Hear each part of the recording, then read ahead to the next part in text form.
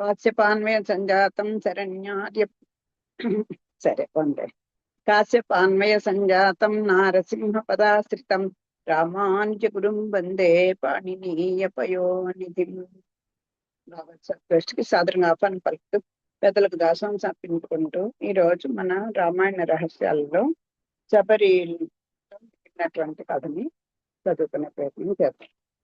రామలక్ష్మణుని దర్శించుకుంది, వాళ్ళని పరిపరి విధాల ఊహించుకుంది, వాళ్ళు అలసిపోయి ఉన్నారని గుర్తించింది, వారికి ఆదరమైనటువంటి మాటలతో సేద తీర్చింది, వారిని అన్ని కుశల ప్రశ్నలు వేసింది. సీతమ్మ ఏమైంది అని కొసక అడిగింది. విచారము దాని గురించే ఏదన్నా అయిందా అని ఒక చిన్న అనుమానం వచ్చింది. సరేలే ఆ తర్వాత చూద్దాం, మీరు కాసేపు విశ్రాంతి తీసుకోండి అని తన ఆశ్రమానికి తీసుకొచ్చి ఆశీనుల్ని చేసింది. చేసి రోజు ఆవిడ పాపం ఆ పెరుమాళకి తన నిత్యకర్మ చేసుకోవడం, తర్వాత ఆ రామలక్ష్మణులు వస్తారని చెప్పి రామచంద్రుడు వస్తారని చెప్పేసి చక్కని ఎంచి మంచి పళ్ళని తీసుకొచ్చి స్వామికి రెడీగా పెట్టుకోవడం ఆవిడకి అలవాటైన పని కనుక. ఆయన వచ్చేసరికి పండ్లు నిత్యం అలాగే రోజులాగే ఉన్నాయి.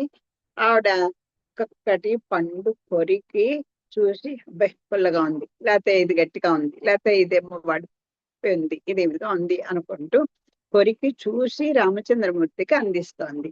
ఈ లక్ష్మణుడికి బాధ అయిపోతుందో, పక్కన కోపం వచ్చేస్తోంది, అపచారం చేస్తోంది. ఏమిటి ఇది, ప్రేమ పిచ్చా, ఏమిటి తెలియకుండా ఉంది, భక్త ఏమిటి అనుకోవాలి ఇవన్నీ, సాక్షాత్ స్వామికి అలా ఎంగిల్ చేసి ఇచ్చేస్తుందా అని ఓ పక్కన వద్దు వద్దు వద్దు తప్పు తప్పు తప్పు అలా ఎన్ని సౌమ్యాలు చేస్తున్నా సరే ఆవిడ ఈ లోకంలో లేదు. ఏమండి మరి ఎప్పుడో ఒకసారి చూసాను, చిన్న జ్ఞాపకం ఉంది అని చెప్పుకుంది. అయితే ఇప్పుడు రెండోసారి చూసింది. అంత మాత్రం చేత ఆవిడకి అంత ప్రేమ భక్తి అన్ని అలా వచ్చేస్తాయా అనేది ఒక ప్రశ్న మనకి కలుగుతుంది కదా. వస్తుందండి. ఎలా వస్తుందంటే, నిరంతరం నువ్వు ఇప్పుడు మీ చిన్న పిల్లలు ఉంటారు, మన కళ్ళెదుటి పుట్టిన బిడ్డలు అవ్వచ్చు, మనం అవ్వచ్చు, ఇంకోళ్ళు అవ్వచ్చు, లేకపోతే మీరు బాగా అభిమానించేటువంటి ఓ పిల్లలు ఎవరైనా ఇతరులైనా కావచ్చు.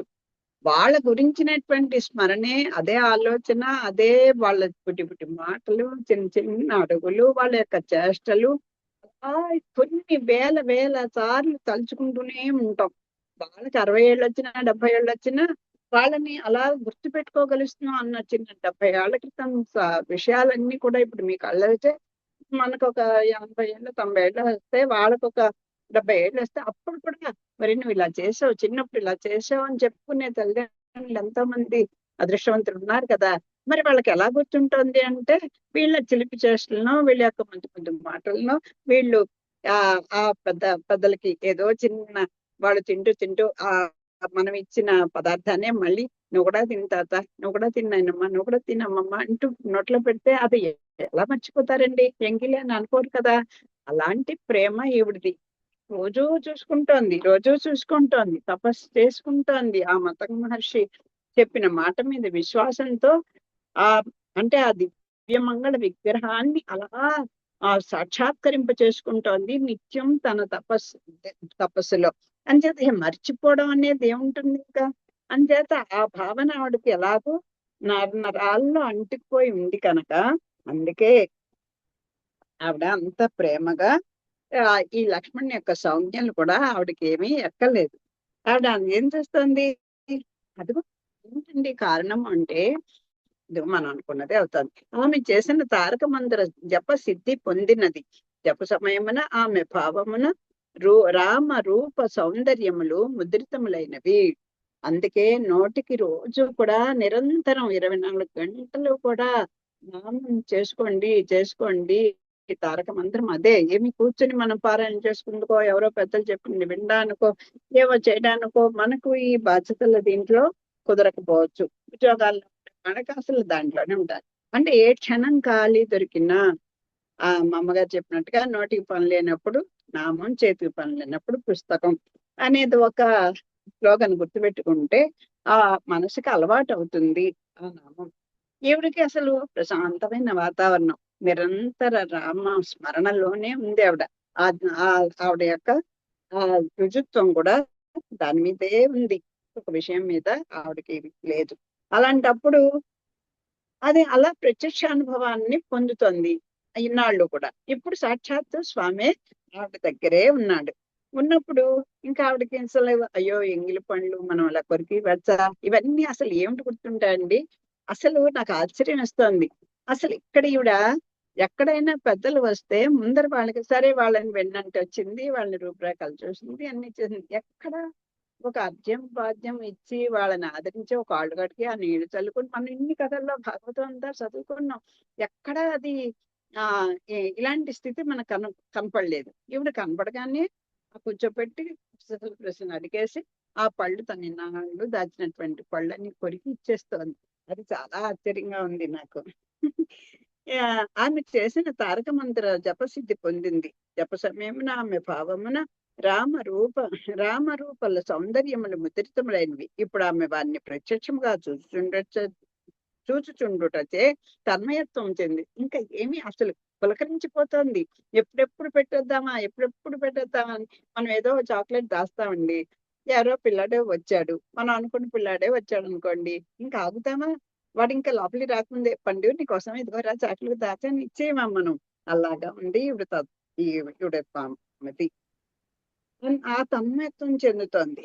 భావావేశపూరితమైపోయింది. ఇంకా రాముని యందు తదేక దృష్టి నిలిపి ఆవిడని అలా ఆ స్వామిని అలాగా కళ్ళతో తాగేస్తోంది అన్నట్టుగా ఉందండి.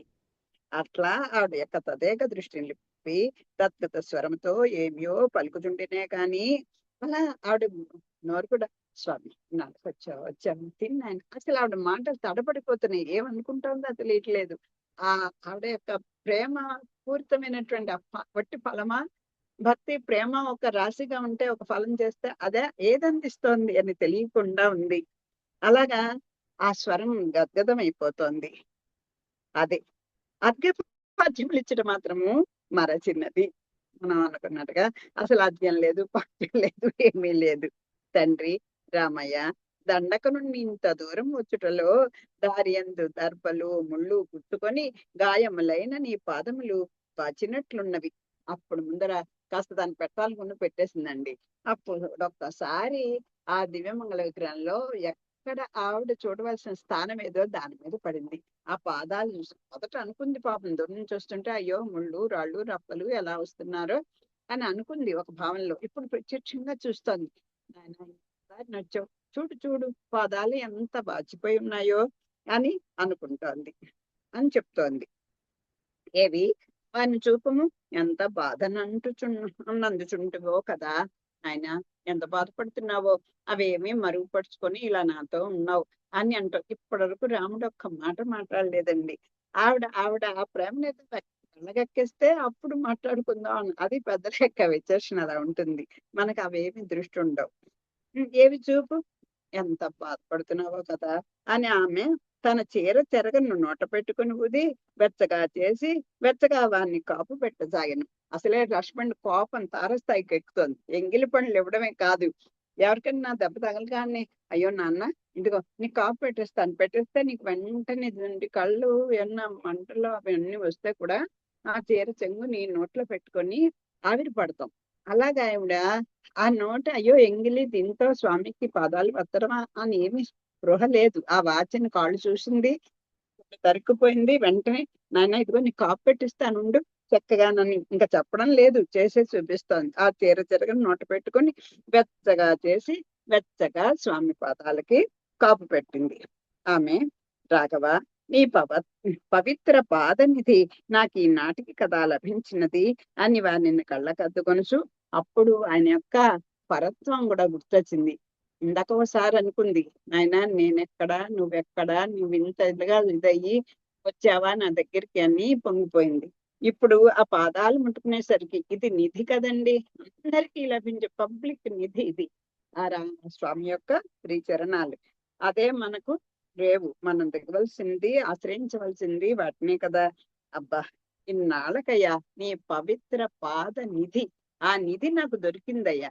ఇళ్లలో దొరికేదో ఏదో లంక పిందెలో లేకపోతే ఎక్కడో పొలాలు ఇవన్నీ ఎన్నాళ్ళు ఉంటాయి, మనం ఉన్నన్నాళ్ళు ఉంటాయి. కానీ స్వామి యొక్క పాద నిధిని మనం పట్టుకోగలిచామనుకోండి, మనం ఆ పరంపదంలో కూడా స్వామి కైంకర్యం చేసుకునేటువంటి భాగ్యం మనకు కలుగుతుంది.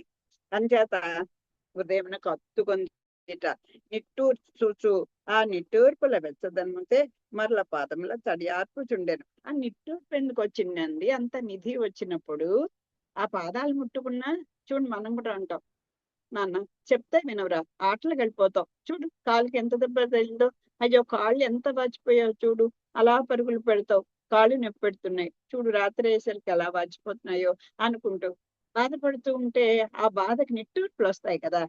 షో, ఏం చేయడం, చెప్తే వినవు అంటాను చూడండి. అలా బాధ అయిపోతుంది ఇవిడికి. అంది అంటూర్చు ఆ నిట్టూర్పుల వెచ్చదనముచే మరల పాదములు తడి ఆర్పుచు అలా ఉసురు ఉసురు అనుకుంటోంది పాపం, నిట్టూరుస్తుంది.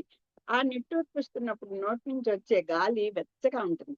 దాని వల్ల కూడా ఈయన కాపు అయిపోతుంది, ఇంకో కాపు కూడా పెట్టేస్తుంది. తన బాధ ఒక కూపు పెడుతుంది, క్రియా భావం రెండు కూడా ఆయనకి వెచ్చదనాన్ని ఇస్తున్నాయి. రామచంద్ర తరింపచేయి ఈ పాదద్వయము పట్టుకొని భాగ్యము పిల్లులుగా జన్మించిన మాకే ముఖ్యంగా కలిగినది. ఏమి మా జన్మ ఏ జన్మ ఏ జన్మ ఎత్తుతేనేంటయ్యా, అది దేవతా జన్మ అని, అట్టడుగు జన్మ అని, కీటకం అని, ఏదవని అయ్యా, ఇగో మేము బిల్లుల జాతిలో పుట్టాం, మాకే కదా దక్కింది. నీ పాద స్పర్శ కలిగిన భాగ్యం మాకే కదా కలిగింది. ఆనాడు నీవు అడవులకి బయలుదేరగా నీ పాదమును మొదట పట్టుకునే అవకాశము గంగా తీరమన్న మా గుహునికే కదా లభించింది. అంత చూడు, అసలు ఆశ్చర్యం వేస్తుంది. నువ్వు గంగాను దాటేటప్పుడు మొట్టమొదటిగా నీ పాదాలను స్పృశించినది మా భిల్ల జాతికి చెందినటువంటి ఆ గుహుడే కదా అని అనుకుంటే, అది కూడా అంటే ఇద్దరు ఒకటే తప్పని అన్న అలాంటి వాళ్ళే కదా. అంచేత ఆ గుహుడికే దక్కింది, ఇప్పుడు నాకే దక్కిందయ్యా అని. ఇది వారి నోముల ఫలమురా తండ్రి. అది చేసుకున్న పూర్వజన్మ సుకృతం ఉంటే గాని ఇలాంటి నిధి దొరకదు ఎవరికి కూడా. మేము చేపలు పట్టువారు, నీవు అంతకంటే నేర్పుగా మా హృదయ మీనములను వలలేకయ్యే పట్టుతీవి కదా. అది ఆ వృత్తి ఏంటి? చేపలు పట్టుకోవడం. పట్టుకుంటే ఆ చేప ఆ వలలో పడాలంటే ఏదో ఒక ఎర్ర వెయ్యాలి. కానీ నువ్వేం చేసావు మమ్మల్ని పట్టుకోవడానికి? ఏమీ ఎర్ర లేకుండానే నువ్వు వచ్చి మా హృదయంలో నిలిచిపోయావు. ఎలా నిలిచిపోయాడండి అని అంటే, వాళ్ళు ఏదో ఎర్ర వెయ్యాలి కదా. అంటే ఇక్కడ భక్తి ప్రేమ అనేటువంటి ఒక వలని వాళ్ళు వేసినా మేము ఇంత భక్తిగా ఉన్నాం, ఇంత ప్రేమగా ఉన్నాం, డెఫినెట్ గా ఇంకా ఈ రోజు దొరికిపోతాడు అని అనుకుంటాం. కానీ దొరకడు. కన్నయ్య కూడా ఎంత యశోదమ్మ ప్రయత్నం చేసి దొరికాడా? ఆఖరికి ఆయనకే ఆ తల్లి బాధని ప్రేమని గుర్తించిన వాడు కనుక ఆయన అంతటా ఆయన వచ్చి కట్టుబడ్డాడు. అది స్వామి నైజం. ఆయన అనుకున్నాం, తండ్రి నువ్వు మాకేమీ బలవేయకుండానే మా హృదయాల్లో నువ్వు మా మీనములు లాంటి వాళ్ళం, నువ్వు వలలేకే పట్టితివి కదా.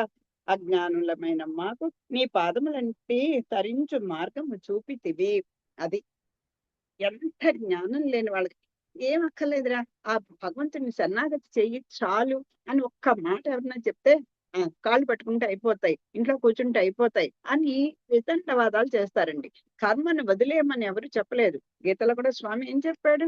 కర్మ చేయాల్సిందే. భగవంతుడికే కర్మ కాలిని జన్మలు ఎత్తి ఇలా ఎవరేది పెడితే అది తిని, ఎవరేది అలా చేస్తే భరించి, మన పాపాలని తల్లిదండ్రులు కూడా భరించలేనటువంటి దీన్ని ఆ స్వామి ఎంత భరిస్తున్నాడండి. అలాగా ఆయన కూడా కర్మ చేయాల్సిందే. చేయకుండా ఆయన పని ఆయన చేయకుండా కూర్చున్నాడు ఆ ఖాళీగా. అలాగా ఆయనకి ఇంకా మనకైతే కాస్త రోజు 10 గంటలు నిద్రపోవడానికి ఉంది. ఆయనకన్నా ఆయన నిద్రపోయాడంటే స్వయం నిద్రపోతుంది కదా.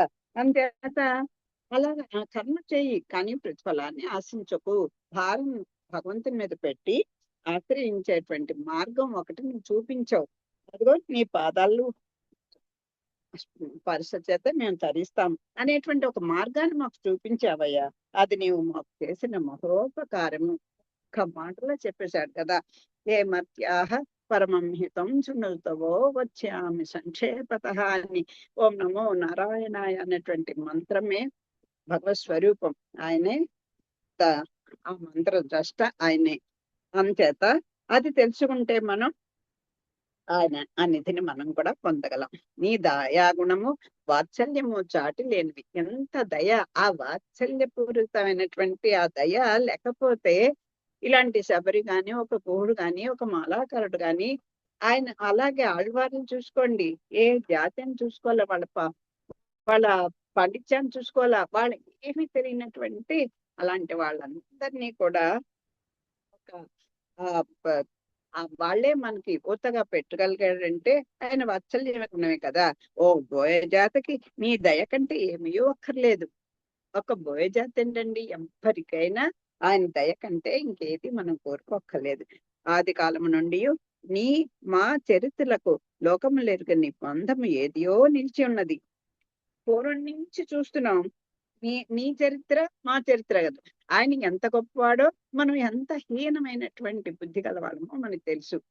ఎంతో అన్ని మనం ఊహించుకోకూడదు కానీ మాట్లాడే మాటలు భగవంతుని నిందించడం, భాగవతముని నిందించడం, ఆచార్యులు ఎందు గురి లేకపోవడం, ఇవన్నీ చూస్తుంటే అదంతా కల్లా ఎక్కడ దాకా వెళ్ళకండి. ఇంట్లో ఉన్న పెద్దలు ఏదైనా చెప్తే వాళ్ళొక గురువులాగా చూస్తాం. అంటే ఏంటి, ఎందుకు వస్తుంది ఆ భావన అంటే వాళ్ళకేం తెలియదు, మనకి తెలుసు. మాకు వీళ్ళకేం తెలుసు. ఎక్కడో ఇది ఒక వీడియోలో చూసండి, చాలా ఇది అనిపించింది. రేపు పేరెంట్స్ మీటింగ్ ఉంది నాన్న, మీ తల్లిదండ్రులు తీసుకురండి అని చెప్తే ఒక కుర్రవాళ్ళు లేచి, మా నాన్నకి ఏం తెలియదండి, ఆయనకి ఏం తెలుస్తుంది, నేనే మాట్లాడతాను అంటాడు. అంటే ఆ ఆ గురువు చెప్తాడు, ఆ టీచర్ చెప్తారు, ఆయన మీ నాన్నకి ఈ కంప్యూటర్ తెలియకపోవచ్చు, ఇప్పుడు టెక్నాలజీ తెలియకపోవచ్చు, ఇప్పుడు మీ చదువులు తెలియకపోవచ్చు, కానీ చిన్నప్పటి నుంచి నువ్వు ఇంత వాడవేయడానికి ఒక్కొక్క ఇన్సిడెంట్స్ చెప్పుకుంటూ వచ్చి ఇవన్నీ తెలుసు. ఆఖరికి కూడా తను పోయే ముందు కూడా ఇంకా వీడు సుఖంగా ఉండాలి, రాబోయే తరాలు కూడా బాగుండాలని చెప్పి తన శక్తియుక్తులు ధనాలు ఎన్నో దాచిపెట్టి నీ సుఖంగా ఉండాలని కోరుకుంటాడే, అదొక్కటే తెలుసు. తన గురించి తన సౌఖ్యాన్ని గురించి తనకి తెలియదు, కానీ ఇవన్నీ తెలుసని ఎంతో బాగా చెప్తారండి. కళ నీళ్ళు వచ్చేసాయి, నిజంగా చెప్తున్నాను. అలాగే ఇంకో చిన్న ఉదాహరణ ఇక్కడ ఎందుకు చెప్తున్నా అంటే, మన పెద్దల్ని మనం ఎంతలా చూసుకోవాలనేది నాకు ఒకటి. ఓ తల్లిని వృద్ధాశ్రమంలో పెట్టేస్తే పెళ్ళే వరకు కొడుకు చాలా ఇదిగా ఉంటాడు. పెళ్ళాక అది కోడళ్ళొక్కళ్ళని నిందించగల, మొత్తానికి ఏదో అత్తగారికి కోడలికి పడలేదు. ఆ అత్తగారిని మొత్తాన్ని ఈ కొడుకు ఏం చేయలేక వృద్ధాశ్రమంలో పెట్టేశాడు తల్లిని. అన్ని సౌఖ్యాలు చూపిస్తున్నాడు, హాయిగా ఉన్నది, బాగానే ఉన్నది, పాపం అవుతుంది. ఆఖరికి ఆవిడ అంటుంది, నాన్న ఇంకా ఆవిడకి పాపం ఇంకా ఎక్కువ రోజులు బతకరు అని చెప్పేస్తారు డాక్టర్లు. కొడుక్కి ఆ పిల్లలకి భార్యకి చెప్తాడు, వచ్చి చూడండి ఒకసారి పాపం ఆవిడ ఇంకా ఎన్నో రోజులు బతకదు. అయినా వాళ్ళు రారు. సరే ఈ కొడుకే వెళ్ళి పాపం చూస్తూ ఉంటాడు. చూస్తూ ఉంటే అప్పుడు ఆ తల్లి చెప్తుందండి, నాయన నేను వాళ్ళు పెట్టినప్పుడు తినడానికి నేను ఆ వేళకి నిద్రపోతున్నానుకో, అది చల్లారిపోతుందిరా, అది వేడి చేసుకుందుకు ఒక ఓవెను, అవన్నీ మరి కొడుకు దగ్గర పోగాలి, ఇవి తెలుసు కదా. ఎవరో పిలుస్తున్నట్టు చూద్దాం అని చేత అది తెచ్చిపెట్టు అంటుంది. అలాగే ఎన్నోనండి, నాకు ఊసిపోతే ఏదో ఒకటి పెట్టు ఏవో చెప్తుంది, అన్ని బోల్డ్ చెప్తుంది. చెప్తే ఆ కొడుకంటాడు, అమ్మా ఎందుకమ్మా నువ్వు ఎక్కువ రోజులు బతకమని డాక్టర్లు చెప్తున్నారు, ఈ కంఫర్ట్స్ అన్ని నీకు ఎందుకమ్మా అని అడుగుతాడు కొడుకు. హలో, ఎవరండి?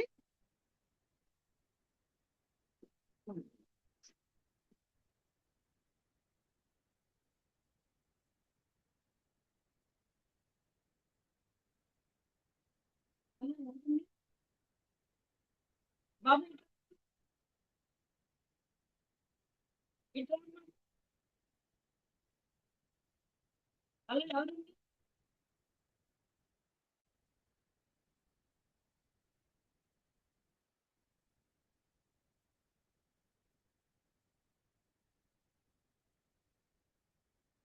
అంటే ఇవన్నీ ఎందుకని అడుగుతాడు కొడుకు. అడిగితే, ఏం లేదురా నాన్న, నేను పోయిన తర్వాత నువ్వు కూడా ఇక్కడికే వస్తావు కదా, అంచేత నీ కొడుకు నిన్ను మళ్ళీ ఇక్కడ పెడతాడు కదా, నీకు ఎన్నో సుఖాలు అలవాటు అయిపోయి ఉంది, అంచేత ముందే ఏర్పాటు చేసుకుంటే నువ్వు అప్పుడు కష్టపడకుండా ఉంటావని నేను అడుగుతున్నాను నాన్న అని చెప్తుంది. అంటే ఆవిడ పోయిన తర్వాత కూడా తన కొడుకు ఎక్కడున్నా కష్టపడకుండా ఉండాలి అనేది కదా తల్లిదండ్రుల ఇది. అలాంటిది ప్రేమ భగవంతుడిది. నాన్న వినపడలే ఎవరు ఏంటమ్మా? ఏఎస్ఎస్ మాధురి ఇదేనండి.